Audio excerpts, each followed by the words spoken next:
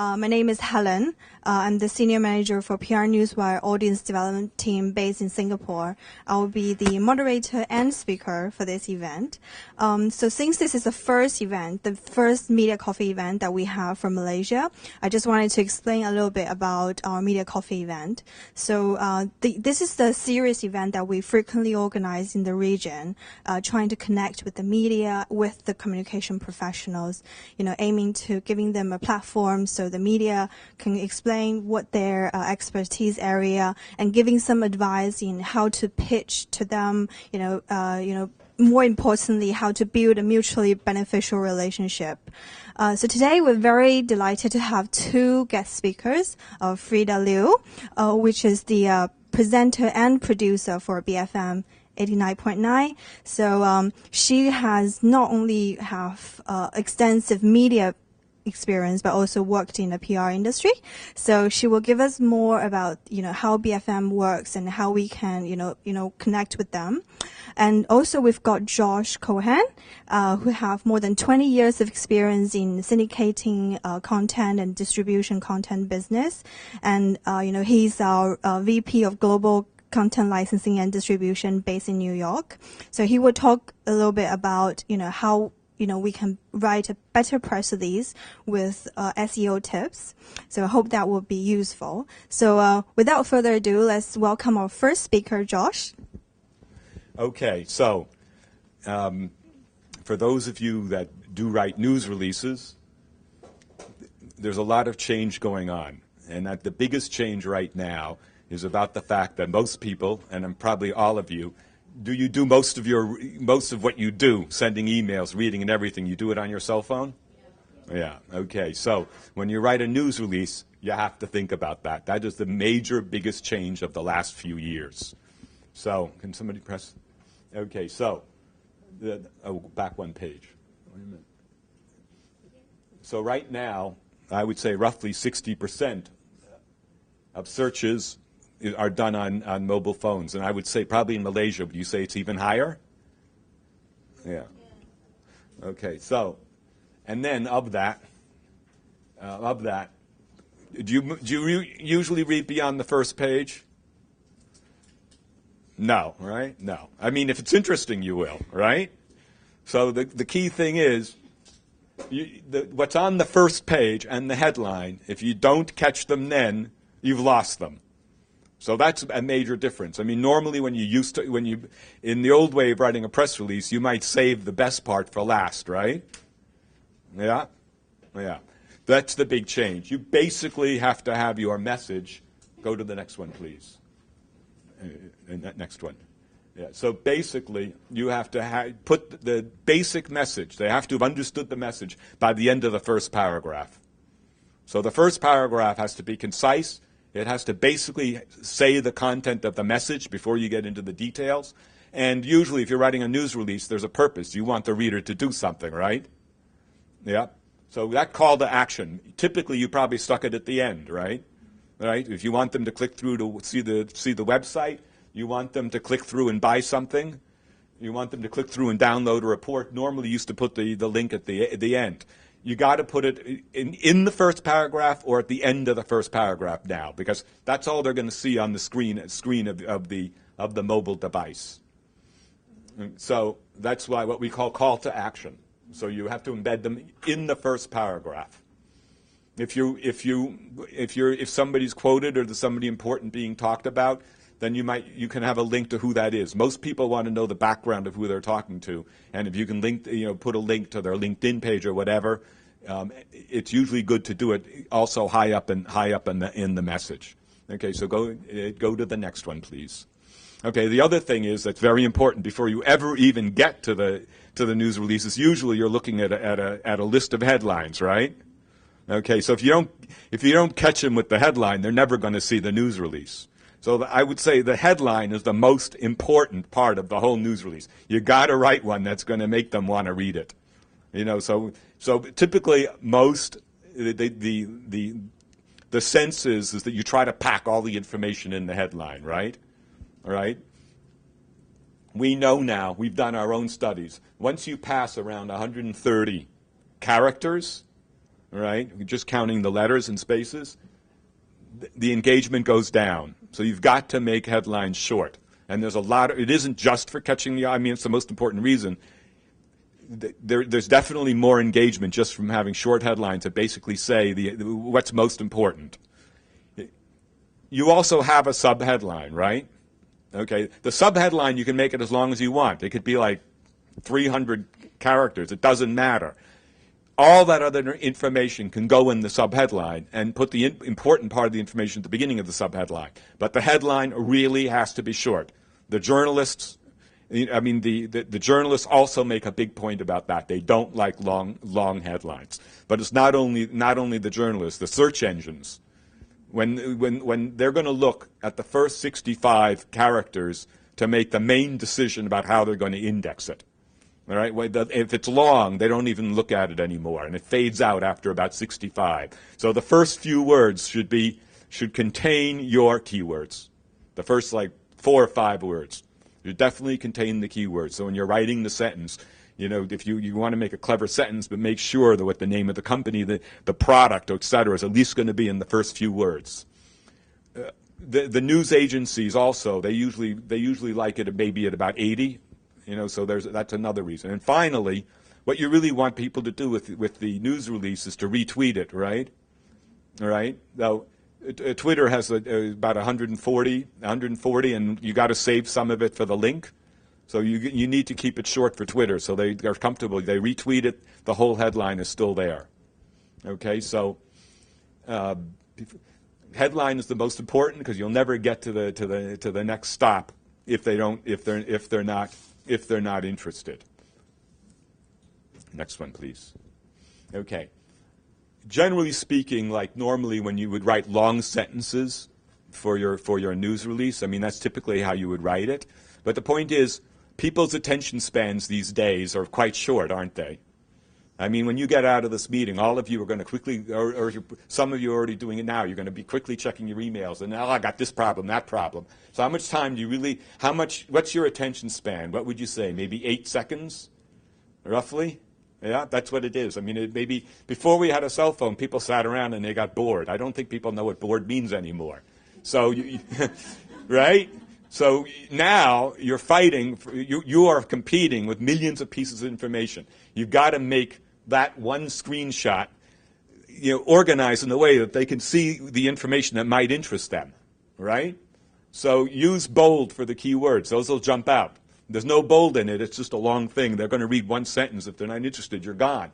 If you put the bold, you know, they'll see that, oh, it's the name of the product or the type of product, and they're interested, then they'll go further. Again, I just remind you, put the most important information plus the call to action in the first paragraph. And feel free to use bullet points so you can organize the information. Like you can have the news release has the first paragraph that, okay, this company introduces this product, for example. Then you can list the facts right under it, each with a bullet point, all the good points about the product. But use bullet points, put them one by one rather than writing them out, because then it's very clear to the user. And this is what you know, journalists like to see as well. I mean, journalists have to make very quick decisions these days. Most media companies have let go of a lot of staff. Journalists now have twice as much to do, and it's the same thing. If you need to catch their attention, competing with thousands of pieces of information that we're receiving. And you know, most of the time when you write a news release, you're going to put in 2 quotes. You know, if you're doing a partnership or something like that. So even the quotes can be with bullet points, so people you have the name of the person who's quoting using bold, maybe, possibly, if they're a really important person, a link to, say, their LinkedIn page, because people want to know who said it, what's their background, right? And if it is a news release where you need to have several links, you can do the same thing. They should be in a list. And link to the keywords. Because the other thing I'm going to talk about in a minute is the fact that you don't want to put a lot of links anymore in a news release. Not great for SEO. You definitely don't want to go over 3. It's about the maximum, 1 or 2 or 3. So don't waste them. Like some people use the contact information. Everybody knows the contact information, so you don't need to do it. So use it to get somebody to the product page on the website, for example. So the whole point is easy to read means easy to use. Next one, please. Okay, so I'd like to ask you, if you got this, and I know it's in Chinese, so only some of you can read it, but nevertheless, which one are you probably going to look at first? The one with the picture, right? Right? You all agree, right? You look at the one with the picture first? Okay.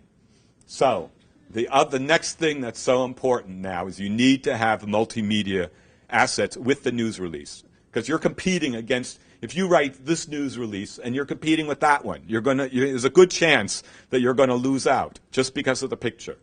Okay? So you want to include an image or a video or an Instagram or a graph, anything that will catch the eye, because images, it catches people's eyes. So you can go to the next one, please. Okay, so there's many advantages to adding a photo or image or even company logo. If you don't have a photo, at least get the company logo included in the news release. Okay, because it's going to get a lot more distribution just because it has an image. You know, there's a lot of networks out there. All they have is images. Take Pinterest, for example, for photos, or YouTube for videos, right? If you don't have that, it's not going to get there at all. So you can double or triple the reach of that news release just simply by adding an image. And from our own research, the engagement is up something like 70–80% when there's an image. I mean, we know that from our own studies. So as I mentioned, the visuals draw eyeballs, and the search engines they favor content that has an image, right? So the algorithms in the search engines will place it somewhat higher as a result of an image being associated with it. But generally speaking, people like pictures, so make use of it. Okay, so I mentioned about the links. Only 1 to 3 links. You really don't want to spread. You don't want to do this, right? Okay, to have the thing full of links. I mean, that used to work like 5 years ago. First of all, the search engines don't like it because people have used too many tricks, black hat tricks with links. So they're very suspicious, if you want, of links these days. In fact, it's now recommended that you don't use anchor text. That you actually go back to using URL, and if you're also in control of the website, make sure that the page name isn't like page equals 35 or whatever, Actually, the page name should be a keyword. If this is the page where you're selling blue suede shoes, it should say blue suede shoes, because that will help in the search results. Because what the search engines really are watching out for, if you use anchor text, right, and then you trick somebody to go to something that's totally unrelated, then your website will get vastly punished. So they prefer these days now that you actually use the actual URL rather than anchor text. Okay, so also about search phrases. You want to use whole concepts. So I'm just going to use an example. Let's say you're going to buy blue suede shoes, right? What are you going to type in?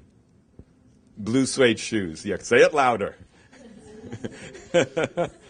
Right. Okay. So if you linked shoes, what are you going to get? 1 million pages that has nothing to do with blue suede shoes, right? Yeah. So you got to think whole concepts, right? So, and also, the search engines are getting a lot smarter now. I mean, they're getting into artificial intelligence in terms of interpreting meaning. It is getting better. It's still not good, but it's a lot better. Okay, so for instance, something like Android. Before they would have just thought it was like a half robot, half human, but now, it knows, looking at the content that comes before and after. Are they talking about half human, or are they talking about the Android device? So they are getting much better. So use that when you're thinking about what keywords you're going to link. Okay, so taking everything that I've said, you probably would like to have some idea what it would actually look like at the end of the day, right? Okay, so this client of ours, Alcatel, they really follow our suggestions. We sat down and talked to them, and they did it, and it made a huge difference in the pickup. It definitely made a huge difference. So first of all, 120 characters as close as possible in the headline, and then they used the subheadline to give additional information. But notice the key word comes at the beginning of the subheadline.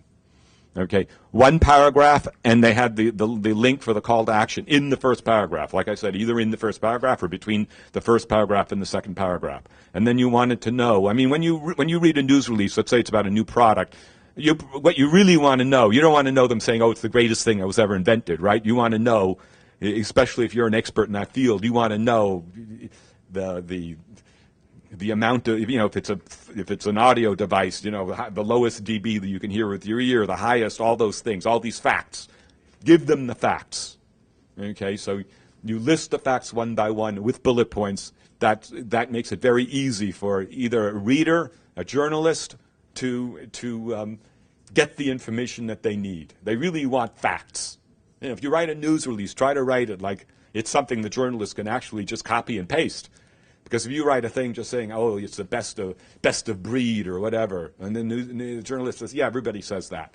They want facts. And then see how they did the quote section. So first of all, you make your boss very happy, right? If you're writing this news release, or you make the client very happy because you give a strong mention to the quotes. I mean, they like to see that in the news releases. And at the same time, it clearly indicates what every person's role is in the company. To the next one, please. So in this particular case, if you want to give additional information, okay, the main quote is at the beginning. So if you want to use a main link, if you want to use an additional link, you can do it in a very organized manner. Like, let's say here you want to go to, in this particular case, that you want to go to all the supporting documents. Then list them with links. That makes it very clear. You have the company blog, a photo of the product, the video, infographics, whatever it is you have. That makes it very clear and easy for them to go to all the supporting documentation. Keep the boilerplates not too long. Just like a couple of sentences. Don't make it like a half of the news release. And then, especially for the media, very clear instructions about who to contact, depending upon what it is what your question might be. So does that give you some idea of what the news release of the day should look like? Okay. Is there any more? I don't think so. What's the next one? Here was that same news release after it actually went out. Next one. And this, I just took another example just to give you the idea. Paragraph, call to action. They wanted you to download the report. Okay. Then another important piece of information, and then some of the highlights of the report. Very clear. So if somebody wants to read the report, they got enough information to make the decision basically within one screen of your mobile device. Okay. That's it. So thanks for Josh's very useful tips. I definitely get the, put your call of action on the first paragraph. Yeah, I think that's a quite common mistake that everyone will probably miss. So next, I will be also talking a little bit about before you even strategize, what content you want to put into a press release. So what channels that you would want to use? Why do you need to send a press release? In what situation that you need to send a press release? So basically, I'll be talking about firstly your audience. You have to really understand who you're targeting at. So you probably already know who your target audience, but do you really understand their consumer and habits? What kind of content, what kind of media channel that they are actually viewing right now? Which channels that you can target to change their decision-making process? And second and thirdly is basically two formulas that I think will be very useful to amplify your content. You really need to have a very good storytelling skills with the visual embedded, like Josh mentioned. And thirdly, why do you need to distribute to amplify that content? And lastly, I want to give some examples and try to illustrate how it actually works. So I would think this is actually the most important thing. Before you define your PR objective, your marketing objective, you probably know your target audience. So you really need to dig deeper into to get an understanding what kind of media that they are using. So, for example, in Asia, generally speaking, so in Asia Pacific, you could say this. Some would argue this is quite a homogeneous idea, but actually it is a quite unique and diverse media landscape that we're facing. For some key markets like China, India, Japan, it is still very traditional media dominant. Like newspaper, radio, TV, magazine are still very influential. I would say that they are the majority of the premier content provider. But having said that, the digital media actually becomes a very prominent platform for people to consume the media. So almost half of internet users are actually based in Asia Pacific. And for Malaysia itself, we actually have 19 million internet users, which have very high internet penetration rate with 65%. That is almost as high as some very developed market like UK and US. So when you target those audience, in the region, you really understand. So when you speaking to, consumers in Thailand or Malaysia, you probably utilize different channels to speak to them because the way that they consume media. And also, I would say, mobile and social actually becomes, much more influential. When your friend shared a news release or when your friend shared a video on social media channels, you probably read them instead of, reading it on some other news channels, right? So, and in Asia Pacific, especially, people actually have a very high tendency of sharing content on social media. In Malaysia, Thailand, we all see this trend very much the same. Go to the next one.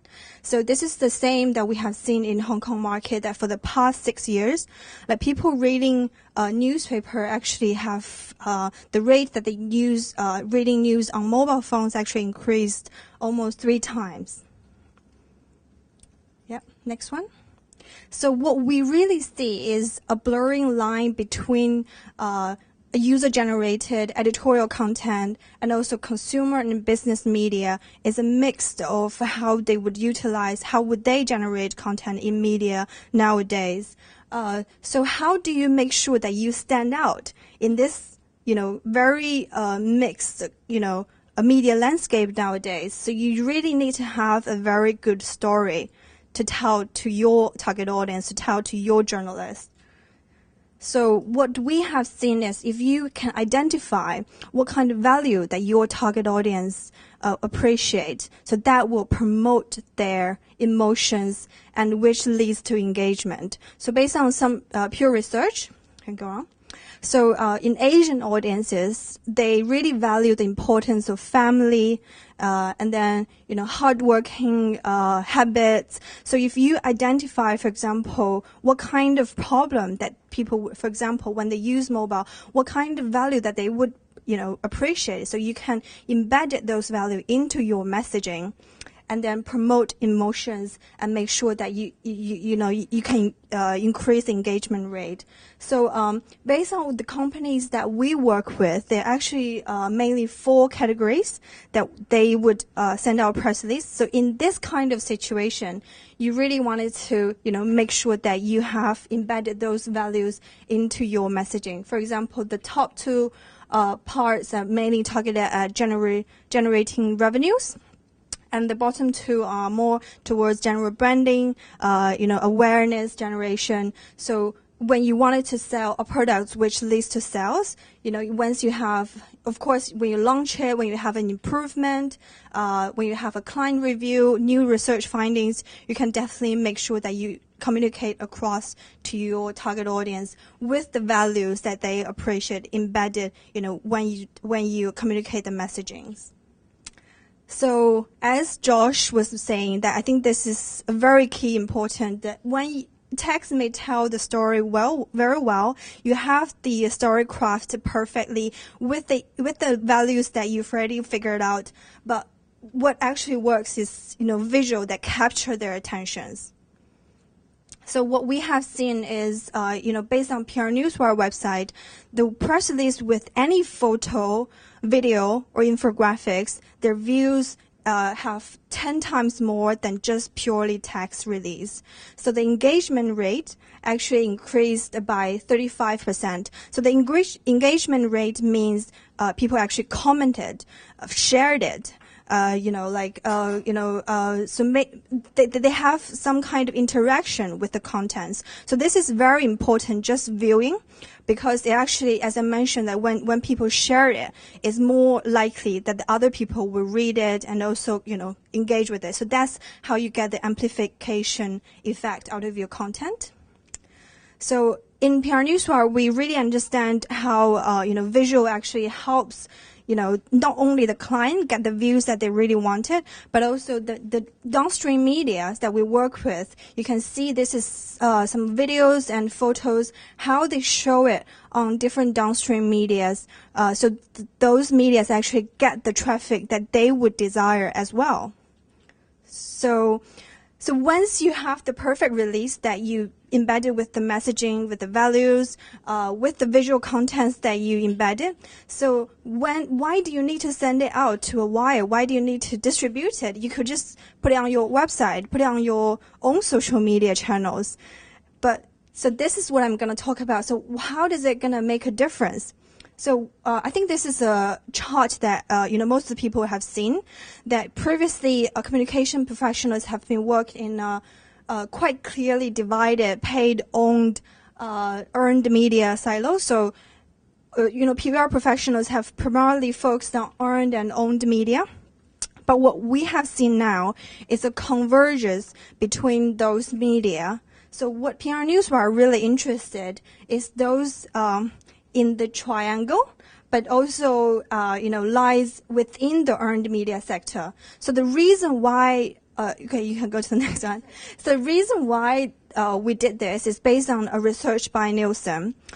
So earned media actually are more trustworthy to the readers. It actually generate 88% more of trust than just purely branded content on your own news channel. So this is based on a different. They actually you can see that they actually asked them where did they see the content. So this is what I mean, that you really need to look into what kind of media platform that people would affect their decision making process. So although 85% of brand marketings are publishing content by themselves, so I think only 36%.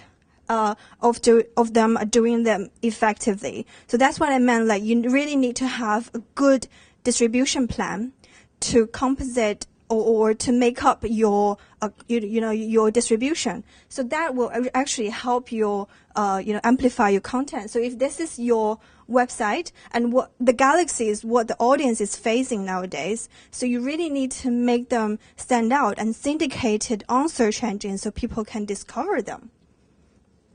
So this is how PR Newswire's approach to get your content to be discovered. So we actually distribute it to not only journalists by email, we also syndicate it to thousands of websites that we work with. As just I showed you in the previous slides, that they actually syndicate our photo, they syndicate our videos, so to make sure that those visual contents actually help your SEO and help your content to be discovered. So I just give you a quick example of one of our clients. So this is a release that they send out from Standard Chartered. So they're trying to promote their mobile banking system. So they actually have two climbers, went on to Mount Everest and did a mobile banking transaction on Mount Everest. So the headline is, the climber set world record for mobile banking transaction. So they actually have a very good story. with the visual elements that they embedded, and considering the values that what people actually would want. I want mobility when I do a banking transaction. So this is a very good example. When the release went out, you can see if you put it onto Google, the first page, the first headline is from PR Newswire in the red box.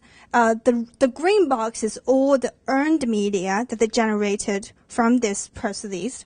And what we have seen from our own website, we have generated 3.8 million page views, last year. So for this particular release, you can see it has a very long tail effect. It actually peaked when it first sent out, so people actually have more interest when it first went out. But even for the whole year after the release went out, it still generates views on our website purely without any kind of, this is just organic views that they generated because of they have the piece of good content they syndicated on Google on the first page. So if you have a very good content, then your press release, your content will have a longer life, in a marketplace. So you need to have a premier content that can live longer. So I'll give you another case study which we just shared in our media coffee a few weeks ago in Hong Kong, which I feel this is really demonstrate the value of distribution.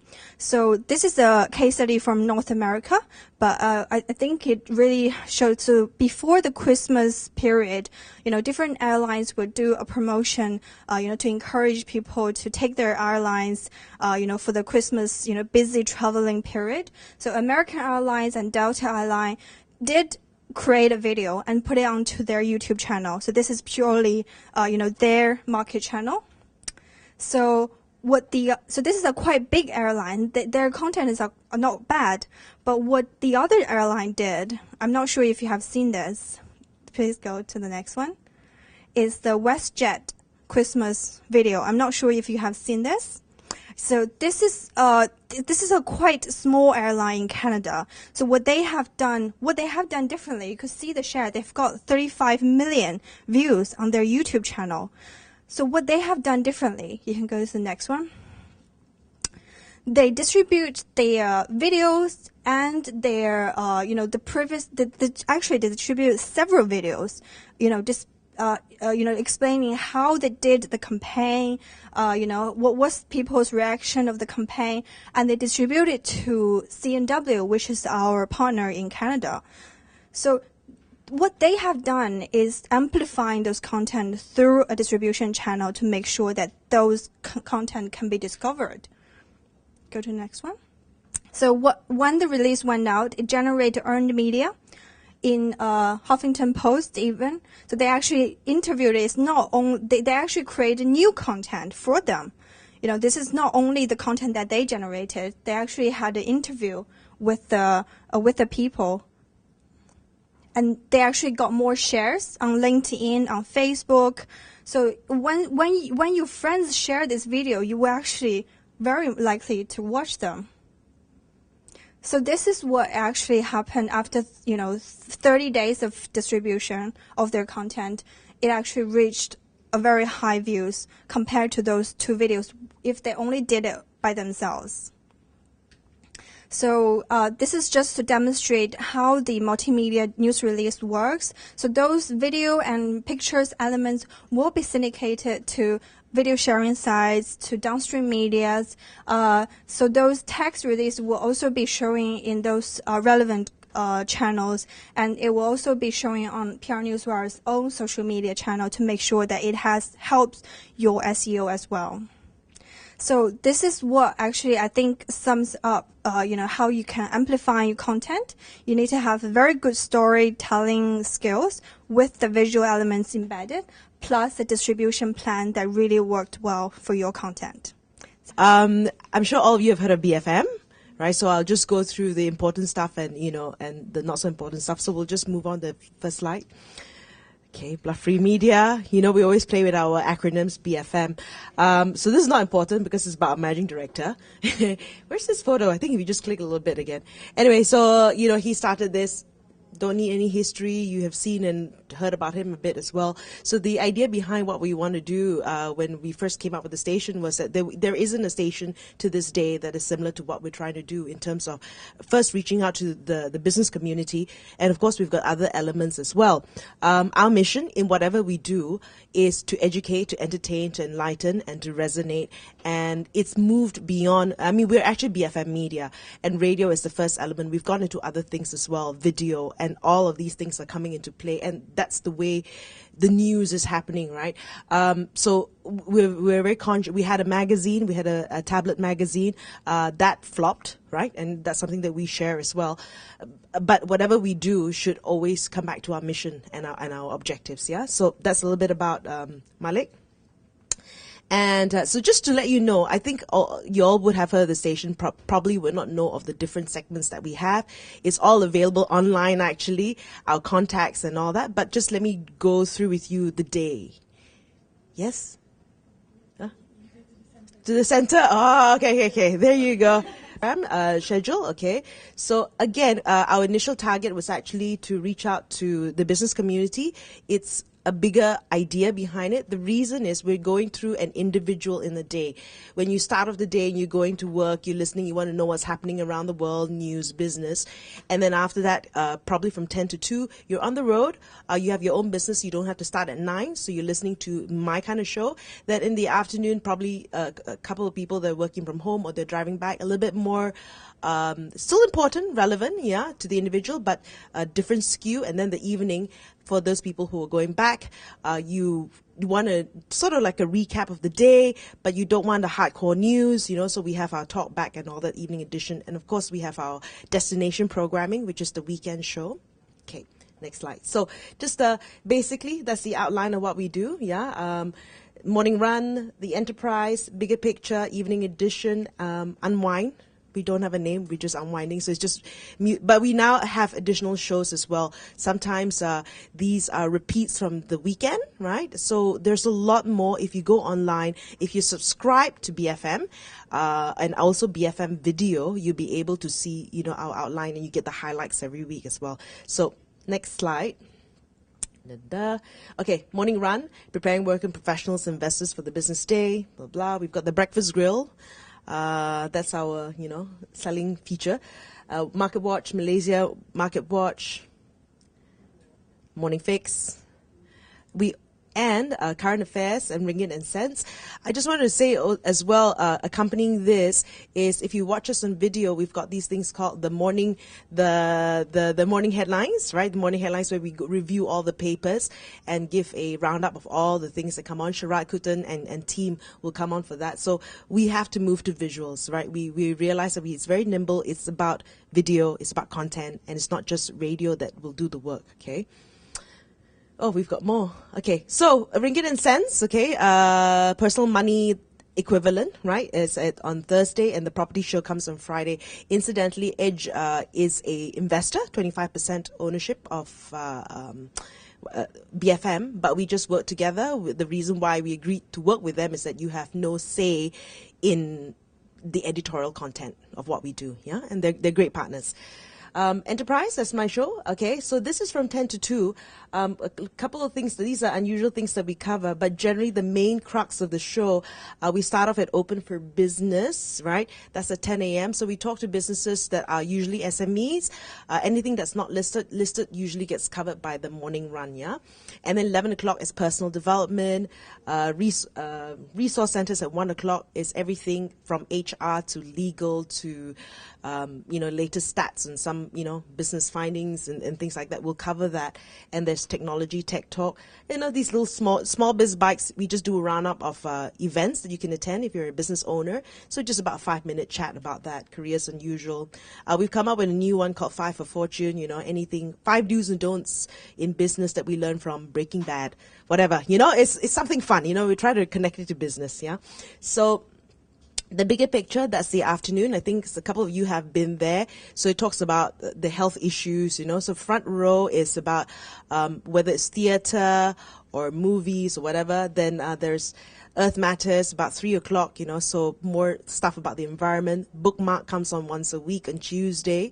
Live and Learn, everything, raising children, Health and Living, that's at 4 o'clock, right? So again, all this lineup is in on our website. But just again, when you're trying to pitch to us, the different shows that we have, what will be relevant, yeah.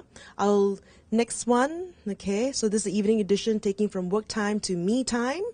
You're going down, yeah. I mean, your mind is sort of resting right now. So we don't have In Conversation anymore, but Tuesdays we have Talk Back, where people actually call in and give their comments. I think that's quite very popular. We get a lot of people calling in and complaining. Generally, we're like that. Football, we have on Friday, Lives of Pitch is on Monday. Friday it's football. 33 RPM is the music show. So these are some of the, and generally it's just a roundup of news for the day, and a topic that people can talk about. Yeah. Okay, this is the destination program outline. The week in review, we've got Style File, which is a fashion show, right? And again, sometimes these shows have to link back to video linking to the show because of our podcast and all that. So it needs to be sold a lot, all right? So Style File is the business of fashion. Yeah, we have Feeding Time, which is food. I Love KL, what's happening in KL, that music show. Asian Threads, okay, a bit of culture. Night School, that happens also, okay. This is from 10 to 10 p.m. We have another one, which we haven't put in. There's a sports show that we have called Bar None. And the reason we started it was to cover everything but football. So that's a sports show that starts at 10. The Muddy Confluence Musical Companion, there's also another music show. That was actually a play on MCMC. So we came out with that one. So because they always pick on us. You all would know by that. You will know that by now, okay? So this is, again, you can see it on our website. Okay. And okay, a little bit about the profile of why we started as well. Again, well informed about financial and business matters. And that's the thrust of what we're trying to do. Yeah. Next slide. Okay, target working professionals, executives, business owners, investors. When we did this regularly. When we first started, we were thinking usually the Gen Xers and all that, but we find that it has changed. The profile of our listeners have changed. When you talk about a business owners are getting younger. Right? The Gen Ys don't want to work, they're starting business. So the topic is relevant to them. It's not a matter of, age categorized and more. So when we find that that's changing, and a large percentage of our listeners are actually in 25 to 35. So they're actually getting younger. And I'm surprised. Nice to know. Or maybe I'm getting older. Next slide. Okay, so this is the kind of, this was a survey done a couple of years ago. See that, the 21 to 25, actually 22%. So surprise, surprise, these were the figures. Okay. No, they do, 36, we're looking at the 31 to 40 age group. 0. I know. Okay. They didn't take part in the survey. Okay. They probably listened because we did the survey online. Yeah. Okay. Next slide. Okay. High income households, there's a kind of money that they have, so we do get that. I think it's very urban, we're only in the Klang Valley, but we are available online and all that. And we, so you find that it's a larger population of them are from the middle to upper income groups that will listen to us. They have disposable income, which is perfect, which is great. Okay, right. You can read that. Next slide. Not moving. Okay. Savvy listeners. So when we ask them so just to also talk to potential advertisers. So we also asked them what were the things that they were looking for. So a lot of them would invest in, like a large percent would be unit trusts, properties. So also from there, we also come up with shows that would appeal to them, that would, connect with them, right?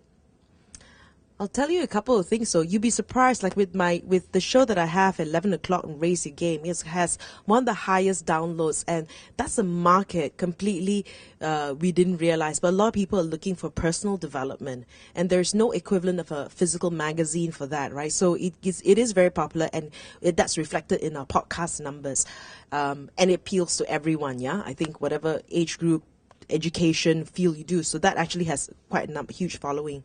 Next slide. Okay, future plans for listeners.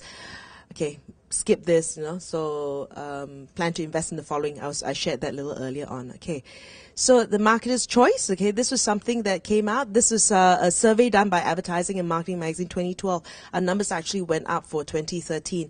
But this was a choice for CEOs, top one. Okay, number one, high net worth individuals, property buyers, business travelers, insurance investment buyers, and parents. So. Top three. So some of the figures but we're constantly very high when it comes to choice for advertising, right? They will think that this is the target audience, which was our plan as well. We've also, just to let you know, I was just looking at Business Travelers. There are a couple of new shows that have come out. I was just sharing. We've got apart from the sports show, we've got a travel show that's coming up that's called Ticket to Ride. The original idea, Inside Story, you have to hear this. We were going to launch this in March, and the name of the show was called Get Lost, right? And the promo started with the sound of a plane, and then Get Lost, and then something happened in this country, so we decided to change the name of that show completely to Ticket to Ride.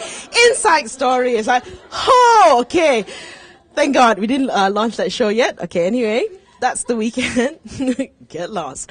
Okay, interacting listeners through social network. We have a large following and it's because there's a podcast, so these are little short snippets that people will say, oh, I'll take note of that and I'll download that a little later. I'll share you some figures. Okay, next slide. Yeah. Okay, so Facebook likes about 18,000 plus. We don't advertise. This has just grown organically over the years. Okay, this is Twitter followers, and that's very powerful for our kind of show. 10 o'clock we've got a show, 11 o'clock we've got a show. So, so I think we'll share we've got some figures here. Yep, okay. So Twitter followers, BFM Radio is about 60,000. Okay, I was just looking very quickly. Mix is about 11,000. Red has about 14,000. Light, which is the closest competition. People puts themselves against BFM because they think it's for the older audience. But that's the number of followers. Okay, I looked at it a couple of days ago. This is podcast numbers as well. Just want to share with you. The website page has completely changed.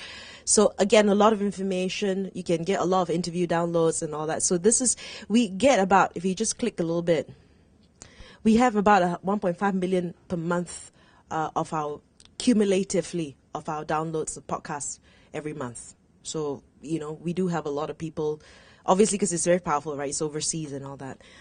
Okay, some of the shows, some of the things that we've done, these are the earlier things we did. We've got that music show, 33 RPM Live, so we got, performers. We've got performers coming in, so we had a special show there. We had a property forum. We've stopped with that. We had a workshop, enterprise workshop. We did that for 1 year. We have our breakaway, which is one of our signature events, right? That's been happening since 2011.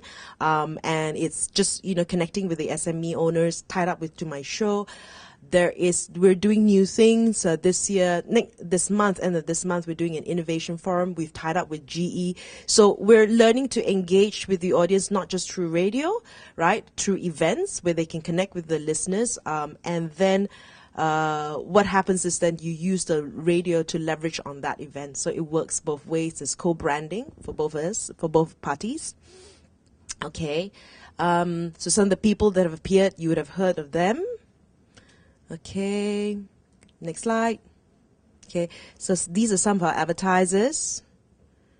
Go on. Okay, government. Yeah, we recently had that event where we tied up again. Pemandu uses our working with us with our database for that Global Malaysia series.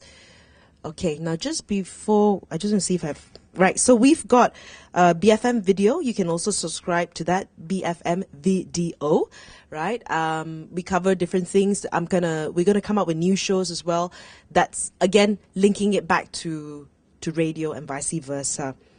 One of the things that will be really helpful. They talk a lot about visuals and all that, and no one's done this very much. If you've had press conferences and things like that, where you can get a sound bite, that could probably be covered on radio. So, we haven't had that. That would be very helpful. It's just a WAV file. If you can get that happening, sending that to us, that could be used if you got a WAV file, right? Again, a lot of times you've got print and all that. So with radio, it'd be great if you have the visuals, the audio, send a WAV file. We can convert that kind of thing. Next slide. Okay, how to get our attention, some ideas, or how not to get our attention. Okay, riveting headlines, makes an impact for our listeners. So I was just looking at what gets covered. I was talking to the news team, right? So with the news team, what is the impact? Again, localization, great stories, like we talk about LT, but does it make a difference to Malaysians? Does it make a difference to our area? Or something that's really breakthrough, a technological breakthrough that's revolutionary worldwide? Then we will cover that in our news segment. Okay. Again, financial results, unless they're a major company and they've done really badly, like Facebook or WhatsApp or that sort of thing gets covered. Yeah, that's all. And the other thing is, next point is a lot of times when we look at the releases that come through, and because of how we operate, it may not get covered by the news, but if it's topical, we would contact you to have an interview. So that's also very important. So it is important how your news release come out, because interesting topic, some figures around, some stats around something, some trends around something. Is there a spokesperson? I would actually go through and get hold of the contact person to try to speak to the person that was quoted. Yeah, so it does make a difference. Your news releases do make a difference to both the news team and also the teams that are doing the interviews. Yeah. Okay. What else? Okay. For those who like to reach to a particular segment, do understand our various show segments. It's all there. The contacts are there. My show, you go to bfm.my, yeah? We've got all the different who to contact if you don't have a direct name. For example, like to go to my show, right? Go to enterprise at bfm.my, bigger picture at bfm.my. It's all there, yeah? So again, if in doubt, I think there's one more point, right? If still unsure, go to producers at bfm.my. Right? So what happens though when it's producers at bfm.my, if you're not too sure, ideally you want to angle it in the right way. This probably get lost because you're not too sure who you want to reach out to. Someone will pay attention to it. So we will respond, if we're interested, but if not, it might just get lost. It'd be better if you're a bit more angled. Yeah. Common sense. But yeah, if you want to reach out to everybody, we do respond to everything. Every feedback that comes in, we do respond because we're a small enough team and that's customer service. So even feedback at bfm.my. But this will be very helpful if you try to get directly to us. So that's it. Yeah. Thank you, Frida. Thank you. Just wanted to check if we have any questions from the audience. If not, then I will ask Frida a few questions. Not very hard. Just I'm very interested to know, for example, when you do, because you're a presenter, right? When you have interviews with the business owner or the CEO of a certain company, so I'm sure a lot of PR professionals actually help them to prepare the interview. So what are the common mistakes or area that they can prepare before the interview, before they come to the show, so that they have, presented much better in a way in the audio setting? How you do it, come early. That's my pet peeve. Come 30 minutes early when you tell them to come a certain time. I think that just sort of calms everybody down, that you have arrived, some time to breathe and all that as well. One of the things that you can do is, we usually work on an angle before that, right? And sometimes when we say there's not an angle, what we're looking for, and the person is prepared, you develop the angle. We do appreciate suggested questions. We do appreciate that. We may not use them, right? Some of the things not to do is like, we insist on these questions, and then we'll say, no, we will decide on what we're going to ask. What else not to do? I'm just trying to think. Sometimes I know the clients are nervous, right? Not to read the answers. Sometimes they're so well prepped. What you really can do to help them actually to improve is you can prepare these suggested questions and answers, put the answers in bullets for them. Because the tendency, if you give the answer in full, they're going to read it, which is not, some people are not natural. They just put in bullets. They know their business well enough, and they just need a prompter. Maybe we're better than TV, right? Because you can actually still hold on to your notes. Yeah. So just give them the answer in bullets to prompt them to come up with the answers. So little things like we do appreciate suggested answers, but we can agree on an angle, but we will have a final say on what sort of questions we'll ask. I have another question for Josh. So, if for example, I'm drafting a press release for a large group of audience, including Europe, US, Asia. So, how do you have any tips so that we can cover all this, or do we have to draft different versions? If you want to send out a news release like a global package, so you're going to many different markets, and I think one of the main things is you're going to need multiple languages. You don't want to send it out in English, like certain markets. I mean, there's certain markets out there that kind of accept English. So let's say you're going to the Nordics, Sweden or Norway. But something like, let's say, France. I mean, they're not, even though most people in media these days, they speak English pretty well. I mean, that's a big change compared to 10 years ago. But they're not comfortable reading it. So you're going to want, if you're going to go through PR Newswire, we will translate it into the various languages for all the key markets. So it's very important to think local in that respect. Also, when you write the news release, of course, you think, you're here in Malaysia, so you think I'm writing from Malaysia's viewpoint. But you got to realize, what do you think people in the States know about Malaysia these days? It probably is that airplane, and it probably ends there. So, unfortunately. People are very provincial. That's just the way the world is. So you got to write the message from what they know about your local market, right? So if you're writing to a large audience, I mean, everybody's still people. I mean, the way you write it, everything that I said in my message holds true no matter what market you're in. Trends are converging all over the world. Differences between cultures are getting narrower, but they're still there. And they're often even more subtle than they are now because they're harder to see, because it looks like it's the same, but it really isn't. So when you write the news release, you do have to think about the fact that that person may not know as much about what's going on locally that you think. So make sure that you have enough information so that they can have the whole picture, even though they may have never been to Malaysia. But generally speaking, a message is still a message. Just keep in mind that they may not be seeing it with your eyes, standing here in KL. So if you have like a client who probably has like 1 million products, on their shelves, and when you are saturating the media with so many events or releases from the same client on different products, how do you entice the reader to write about your client? You should probably send out more than one news release, because you have so many markets. So I would probably advise the client to think about what are the products that have the most impact? What are the products that are new and exciting? Something that's new, something that's going to get pickup. Something new.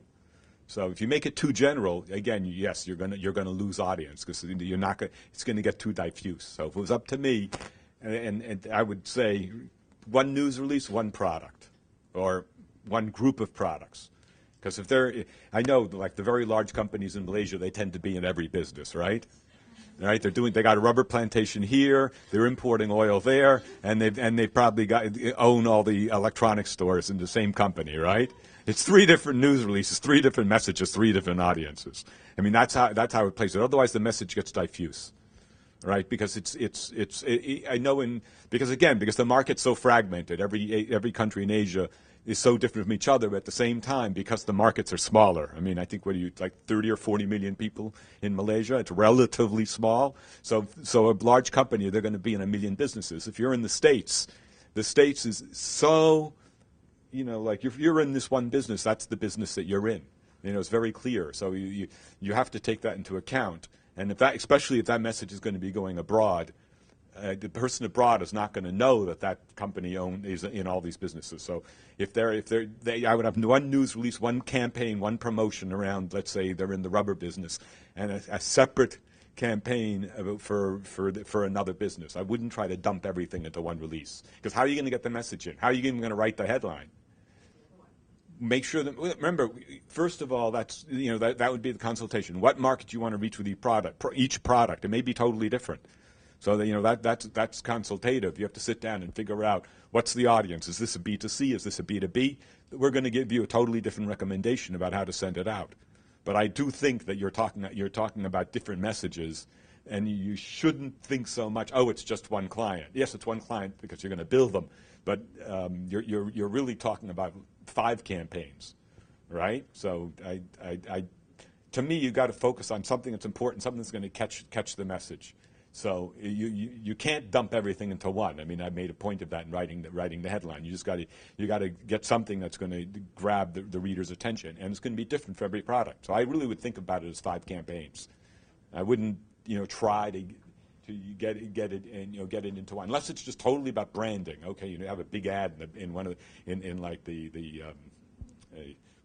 a big ad to say that's a branding message that they put all over the world, which maybe some very large very, very large companies do. But below that, you're going to have the different divisions that have their own products, and they're going to have their own audience. Like when we send out for one product, it's going to go to all the trades that have to do with that product. The other product won't touch those trades. It'll be a whole different set of trades. So you have all the general media that's going to, of course, going to get that news release. But then you have all the different industries that you want that message to go to for that industry. Okay, I'm from an NGO, National Cancer Society Malaysia, and I'm not from the PR and Comms department. I act in the interim when we're missing a comms person, which is quite often. So what I notice when in the time that I've been at NCSM is that maybe it's because there are lots of NGOs in the country, I'm not sure, or cancer NGOs, but it's really, really hard getting the attention of the press for any of the campaigns that we do. And I'm not quite sure why that is. I'm not sure if it's because, well, basically we're boring. We only talk about one thing, which is cancer, fundraising and awareness campaigns. Those are 3 things, and those are things that we talk about over and over again. So how do we actually, how do we make things interesting enough is a problem, I think, for us as an NGO, for to entice the media to actually catch what we send them and to talk about it. Because that's what we need a lot, is really for people to talk about us. Otherwise, nobody knows us, nobody knows what we do, and everybody else, we lose out. I know for a fact that BFM will cover something, with the National Cancer Society. I would just probably delete it, knowing that the bigger picture in the afternoon will cover it, because it's not relevant for my show, yeah? But I think at the end of the day, that's the thing, right? Okay, it's about cancer. We have these walks, we have these things, it's always around, every NGO is always related to some charity thing, to some sort of event, right? So how do you change a story to what's in it for me? Yeah, what's in it for me? How does it help the community at large? I don't know. Personally, I don't know my family. No one's been afflicted. Yes, I hear that around me. But it's got to be a bigger story. I'm trying to think of something that was very interesting, that it was a walk or whatever that I participated, because I really thought it was great. And it was, I'm just trying to think what did I take part in? There was, last year, I think it was 2 years, Alex, the 100 miler, okay, he ran 100 kilometers overnight to raise money for dignity for children, right? And that was a brilliant story. Okay, that was a brilliant story. He ran 100 kilometers overnight. Who would like to participate? And by participating, you have to put in a bit of money. You have to put in money. And I got involved because I thought, wow, that was unique. Who else is doing 100 kilometers overnight? So it's going to be a riveting story. I participated because I run, so that was something that also connected with me, and it was something that actually got someone else. Hey, you've got money to give me or not? I'm doing this for charity. I actually did that, but it has to be something that's totally, to me, out of the world. And you know what? He connected with people at large, but he also connected with a community of runners. So it was very niche in that sense that he was able to do that. So from the runners, they'll say, hey, everybody can participate and all that. But he connected with runners. First of all, they all knew who he was. It's like, wow, it's amazing. How do you do this? How can I take part with someone who's going to run over 100 kilometers? He did it one time. The second time he did it was 2 years later. And he got 2 other guys with him. One was someone who wheelchaired for 100 kilometers, right? And, and I covered the story as well, because for the sports show, I covered that story, but he was also covered in the bigger picture. But so if it's another dinner, if it's another what, but that was quite, you'll make a story anyway, and the story is not about cancer anymore. By the way, they're raising money for Dignity for Children, but it was another story above the what he was trying to do. So, Royal Selangor. So, basically, we deal with a lot of home decor items and things like trinket boxes. Basically, I figured those are things that people don't actually want to buy. I mean, it's not exactly a necessity. It's a luxury item. So, I was wondering, I was looking through Tiffany websites and also the other branding campaigns like John Lewis, the advertising, right? They actually use a lot of storytelling. So, I was wondering, can I actually use that approach, maybe read up some folklore and combine all these sources to create my own story to sell my own product? For example, maybe a trinket box, a true, actual story. So can I actually do that?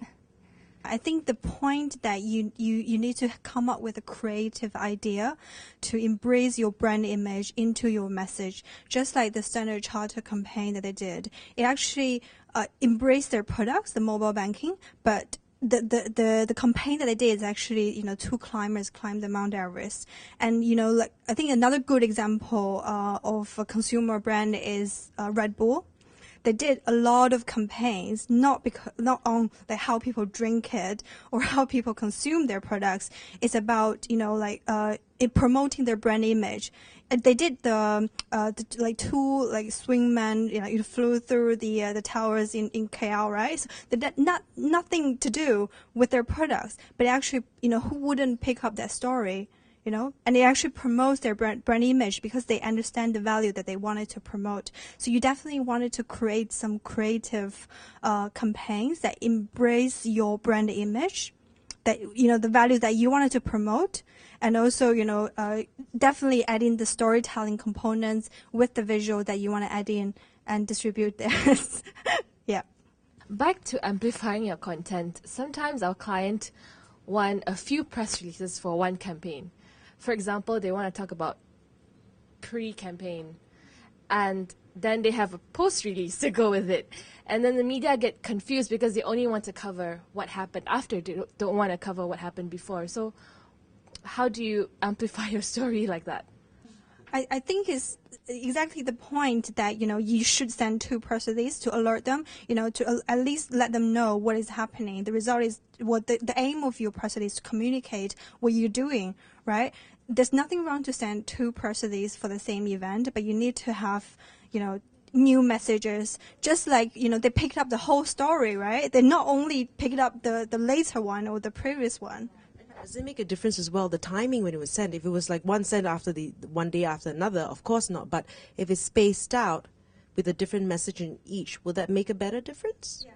What happens to our client, they usually send out 2 weeks in advance before the event starts. So even it's a bi-weekly magazine that journalists do have time to prepare for the calendar.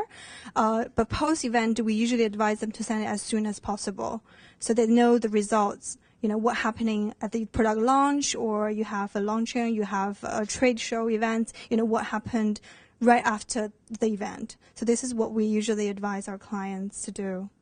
Speaking of events, say it's 2 weeks in advance of an event. How effective is media teasers? well, lucky draws and all that probably won't be very appealing. I'm just trying to think, it helps, to let us know there's something, keep your date, because we're going to launch something major, and hope, on that day, it better be something, major, or you'll be making some key announcements. It does help, just to get our attention. But, BFM, we don't normally send out, unless there is, more of a business story. We don't have enough people to send out. But I'm just thinking from my past experience, unless there's something riveting, then it's no biggie, unless there's something riveting. I was just been asked by someone to turn up for an event. It's going to be, we're doing, he comes up with this new terminology, so I won't say what it is. He comes up with this new terminology. Do you know what this means? I said, don't know. Well, we'd like you to take you for an overnighter somewhere to experience that, right? So it's like, wow, that kind of thing. It was a completely new trend, he says, is happening. I don't know all about it. And he says, can I book your date for this time to turn up just to experience it? I would love to, but I'm out of town. But it was something that really caught my attention because I've never heard of it. But if it's just to turn up somewhere. So thank everyone for your participation. The video will be online on demand soon, so we will send an email alert so you can share with your peers. So thank you everyone for your time. Thanks. Hi, hello. My name is Nisa. I'm from Affinity Investment Bank. I'm in corporate communications, and I'd like to thank PR Newswire for inviting me to attend this talk today, which I find very interesting and very. It has some valuable information. I learned a lot today, and because in this day and age when a lot of companies vying to get their media releases out, what I learned today will give me good knowledge. sorry, again. Okay, what I learned today is there are 4 things that I picked up from today's session, and that is we need to write a compelling lead, we need to use a fresh approach, and we speak to audience needs and convey relevance to readers. Those are the 4 points I got from today's session, and I have to thank Joshua Cohen, Frida, and Helen for this interesting session today. Okay, so I'm Robert from Geometry Global, and I found out about this coffee talk session through my GM, who sent a link around, and I thought it was very interesting. I think as professionals, we always need to improve ourselves and make time to extend our knowledge, and it was very insightful because we had 3 different professionals, and before this session, I didn't really know much about Newswire, and now I might definitely consider them for some of the campaigns that I'm running for my clients. And we also had BFM, so it was good. It was a great session, and I look forward to meeting more people at these sessions.